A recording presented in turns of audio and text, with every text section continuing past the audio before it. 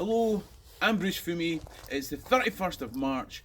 I'm in the ruins of Lochmaben Castle near Lochmaben, and welcome to today's episode of This Day in Scottish History. Now, in answer to yesterday's question, the old alliance between Scotland and France was the answer to the treaty, which some scholars say is technically still in force. It started in 1295.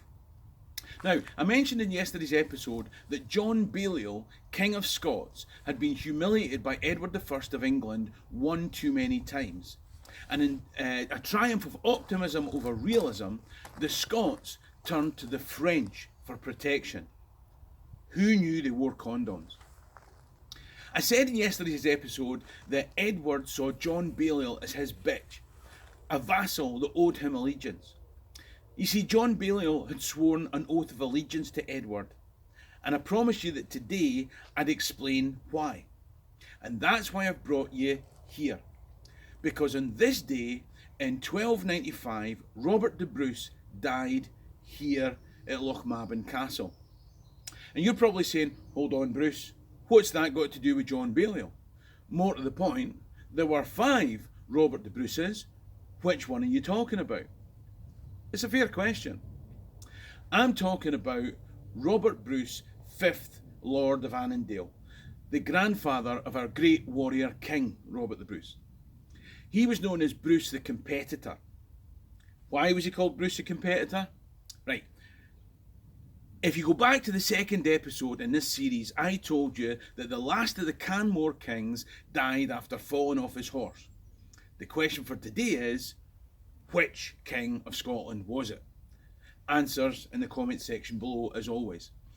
Now, whoever he was, he didn't have a surviving son. The closest survivor was a granddaughter. You see, his daughter had been married off to Eric of Norway, and they'd had a daughter called Margaret. Margaret, the Maid of Norway. That's a wee lassie in Norway. Somebody better go and get her. She can't be the king, she's a wee lassie. Gender's not binary. Aye, it is, it's 1296, ya fanny. There was a bit of debate, alright? Now, of course, there were those also who thought that they were better suited to be king. And one of them was Robert Bruce, 5th Lord of Annandale. Another was the star of yesterday's episode, John Baliol. Now, both of them were descended from daughters of David I of Scotland.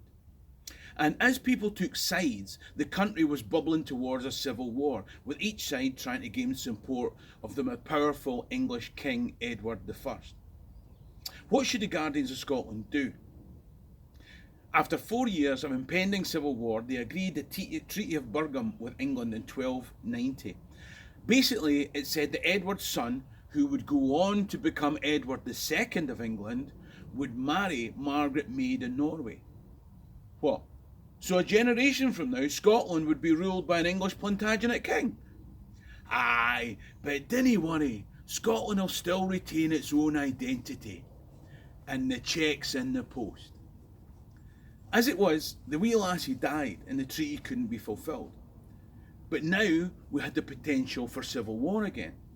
Bruce the Competitor and his crew started to tool up on one side, and John Baliol and his crew armed to the teeth on the other. And into this situation, like a bad penny, Edward I offered to help out. A bit like Vladimir Putin helped out in Crimea. And he said, why don't you set up a public inquiry?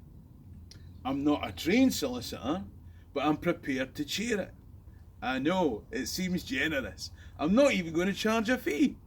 All I need is for each of the contenders to the Scottish throne to swear an oath of allegiance to me before the inquiry starts. It's just a technicality.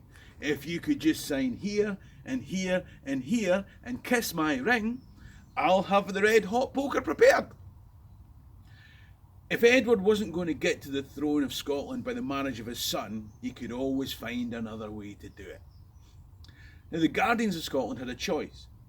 Give in to Edward with his army standing nearby, or allow the country to descend into civil war between the Bruces and the Baliols. It's like looking at a Brussels sprout and a coffee flavoured Revel and thinking, which of these is best with chicken? The Guardians agreed the deal. The contenders agreed to deal, and Edward I said, checkmate. Now, Robert the Bruce had a better claim according to the Celtic laws of tanistry. John Baliol by the Norman primogeniture. Ooh, which would win out? In 1292, Edward, the Norman English king, awarded the Scottish throne to John Baliol. John Baliol, who'd sworn an oath of allegiance to him. 3 years later, on this day in Scottish history, here at Lochmaben Castle, Bruce died, no longer a competitor. But his grandson turned out to be a bit of a contender. Freedom! I hope you enjoyed this. If you have, please like and share it. The more you like and share this, the more people find out about the history of Scotland. Better still, why not go onto YouTube and subscribe to my YouTube channel, Scotland History Tours. Hammy and Dochas can be Lama Live. Cheery and Drasta.